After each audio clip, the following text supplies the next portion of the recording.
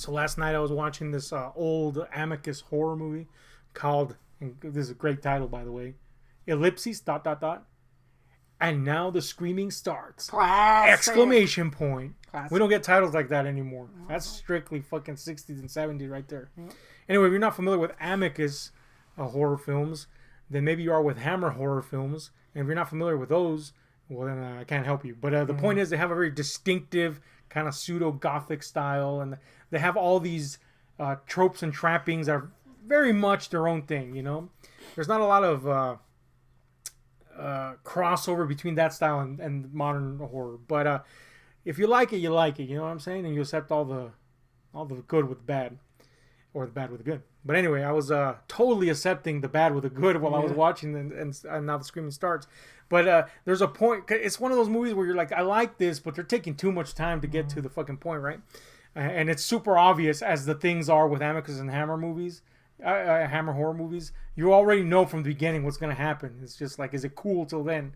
So it was one of those situations. But then there's a point, like the last 30 minutes of the movie, where fucking Peter Cushing shows up, and you're like, at that point, if you're hating, you're a loser. Yeah. You know what I'm saying?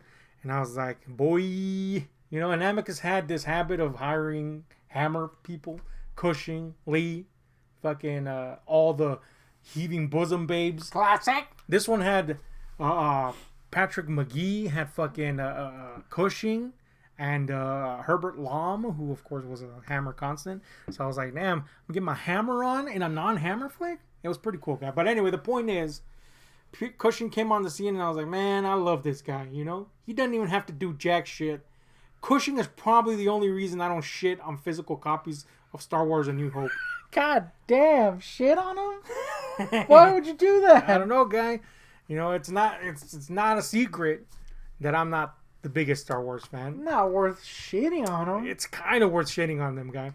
But since it's got my boy Cushing in it, as by the way, a much more menacing threat than Darth Vader. The Tarkmeister. Super rad. But anyway, I was very glad to see him return in CGI form, though it was in Rogue One. But anyway, the point is, I love Cushing. Just seeing his face stinks of comfort to me. Ditto with Christopher Lee. And man, God knows Christopher Lee was in a lot of fucking crappy movies, man. But I would watch them because... Huh? He was in Panga. He was in Panga, guy, and it wasn't good, guy. He was in The Howling, too, and that's definitely ass. But I watched that boy, you know why? Because it was just comfortable to watch fucking Lee do his thing, even though he was doing it pretty badly in that very bad movie. But yeah, man, there's just something about those. And, of course, if you're going to think Cushing and you're going to think Lee, inevitably, my boy, the biggest boy of them all, if you will, not physically, though, and definitely not currently in the physical realm himself, as he is also dead, like all those two that I just mentioned. But anyway, we're talking about Vincent Price, guy. VP. And I was sitting there and I was like, for the first time ever in my life, I thought, how did I even fucking get into Vincent Price? Yeah. And then they hit me. Tim Burton got me into Vincent Price. Oh, the TV. Because, of course, Tim Burton... Michael Jackson. I wouldn't say Michael Jackson got me into Vincent Price. Oh, you? Yeah. That's the first time I ever heard that. But laugh. Did he get... Were you like... I don't know who that is. I was like, that laugh. Who did that? Okay, that's fair. For me, it was Tim Burton because, of course, one of the 4 movies that were staples of my childhood was Beetlejuice. You know? And Beetlejuice got me, of course, interested in the other stuff that Tim Burton did. And, you know, of course, back then, the net wasn't easily accessible and or in any state to be enjoyable, really. You weren't there from the... Never mind. Yeah, I didn't create it with Al Gore and Al Smith. Yeah. But anyway, fucking, I was like, all right, well, you know, it was a little harder for me to come up with info. But, you know, I did eventually find out that Tim Burton had made several short films, and there was that Vincent Price influence there. And then, of course, not long after that, he had Edward Scissorhands, which has Vincent Price in what I think is his last role. I think so. I think so, right? And I don't know, man. Maybe it was that I was just preloaded on the fact that, you know, Tim Burton, this guy that had created Beetlejuice, which is a movie that both of us love, but, you know, it was just a staple of my childhood. I don't know if it was that just made me, that again, like, amped me up to this reaction. But the moment I saw Vincent Price, I fell in love with the man. There's so much character in his face. I want to say that's really the reason that I fell in love with it. And I believe that. But maybe just being amped up on somebody else that I like the art of helped it along a bit. But the point is, I was like, this guy, I like this guy. What's up with this guy? And that was my little Vincent Price love origin story. And of course, it was all, stars and flowers from there, whatever that means. We happen to have a mom and pop video store here locally that we happen to. We, as in Us. The peoples of in our environment. We happen to. I was like, I thought not us. Like, we didn't have a mom and pop. Who's the pop? Definitely hopping on pop. Yeah, mommy. I didn't say you were the pop guy. Oh. Although either way, it's a bad deal. Yeah, what the hell? I'm heavier than you. Yeah, there's no hopping around here. Definitely some popping though. But anyway, the point is your knees and our dog poppins. It's her name and what she does. Damn, homie. Anyway, there was a local mom and pop shop that I fucking loved, man. It was this dank, fucking grimy old place that we had 3 video stores, but this one was my favorite. There was the one that everybody gravitated towards, and there was a pizza place, and they had all the recent hits or whatever. And back then, to run a video store, you paid a lot of money for a single copy of a VHS, but they had all the recent ones, and that cost them good money. There was another one that had a tons of stuff, but the people were ass, so who cares? But then there was that third one, guy, literally in a neighborhood, being run out of some dude's house. The front was just converted into this dank, grimy shop, and all he had was Mexican movies. We live in a largely Mexican environment. Porno behind the classic beaded curtain. You love that. With, of course, a yellow bulb. And horror. Because you know what? All those 3 are the cheapest things that you could have bought back then for a VHS shop. And so that's how, once I actually got to have a fucking VCR at 10 years old, I started really getting into horror. Very crappy rat? It was a very crappy rat, yes. But also I had a VCR that played VHSs, which were very hairy sacks. Anyway, when I got done stuffing my sack into the VCR, I put the occasional movie in. Damn it! I was like, so here's the thing about this shop. This guy was determined not to, pervert and corrupt me with the very sleazy selections he had there in terms of horror. So he would always like chill lighter horror to me. One of them was Tremors, guy. Tremors! By the way, rest in peace, Fred Ward, recently. Remo, I don't know why the fuck almost every article I read downplayed the fact that he was in Tremors. The dude was in like 70,000 Tremors movies, guy. No, he wasn't only in 1. He was in 2. Fred Ward was only in 2? Guy. He was in 2. You're thinking of the other guy. Which other guy? What's his name? Bert. Burt Ward? No. Robin? Bert, what's it, Gummer or whatever his name is? Oh, yeah, that's right. You're right. You're correct. Yeah, he was only in 2. You're correct. 1 and 2. You're correct. The point is, it doesn't matter if he was in 1,000 Tremors movie. The point is, he was in 1 Tremors movie, the one that counts, the first one. Yeah, he was Remo. And it's a motherfucking classic. Yes, he was Remo, goddammit, I guess. Anyway, the point is, rest in peace. He would constantly give me fucking Tremors, and it was just a point where I was like, I gotta see something else than Tremors, though I love it. And I guess the second step was these old school 60s and 70s movies that he had, and a lot of those were Hammer and Amicus movies.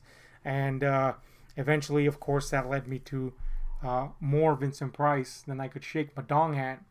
And your balls were already in the VCR. My balls were in the VCR, so that was the thing. But yeah, I've loved Vincent Price ever since then. But it's just I'm not very well versed in Price, other than the recent ones we've seen. You're not, but I have shown you my favorite ones, which I don't know if that's good or bad, but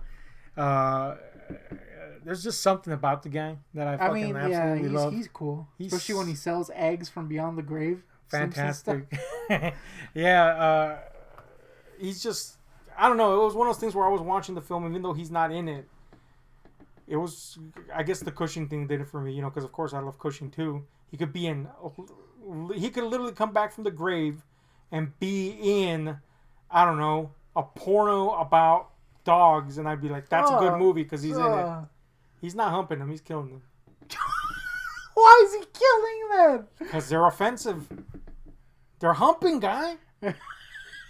I'm not talking like it's a normal dog humping a dog situation. I'm talking like they're monstrous dogs humping the population. Oh, it's and like a humanoids from the deep type. And he's come back. All right. He's come back to basically Van Helsing them out of existence. You saved yourself. It'd be a great movie. The point is, seeing him, I was like, man, just about any, and he was in shitty movies too, a lot of them. You know what I'm saying? Just about any moment he pops on is just comfort. It's just a comforting guy. Yeah. And that's the same thing. I was like, oh yeah, the same shit with Vincent Price. VP. You know? And by the way, best Vincent Price is campy Vincent Price. Yeah. You know? Campy. Like, he's in The Fly, like the original The Fly. And, he's just a guy. It's nice to see him. But you're like, come on, guy. I need some camp Price. You want him to, like, be mixing beakers and shit. I need him to be doing the weird shit, guy. Yeah, hunting down freaking dog people. Yes, he chews scenery like no other. I love him. Well, anyway, you got any fucking people like that in your life?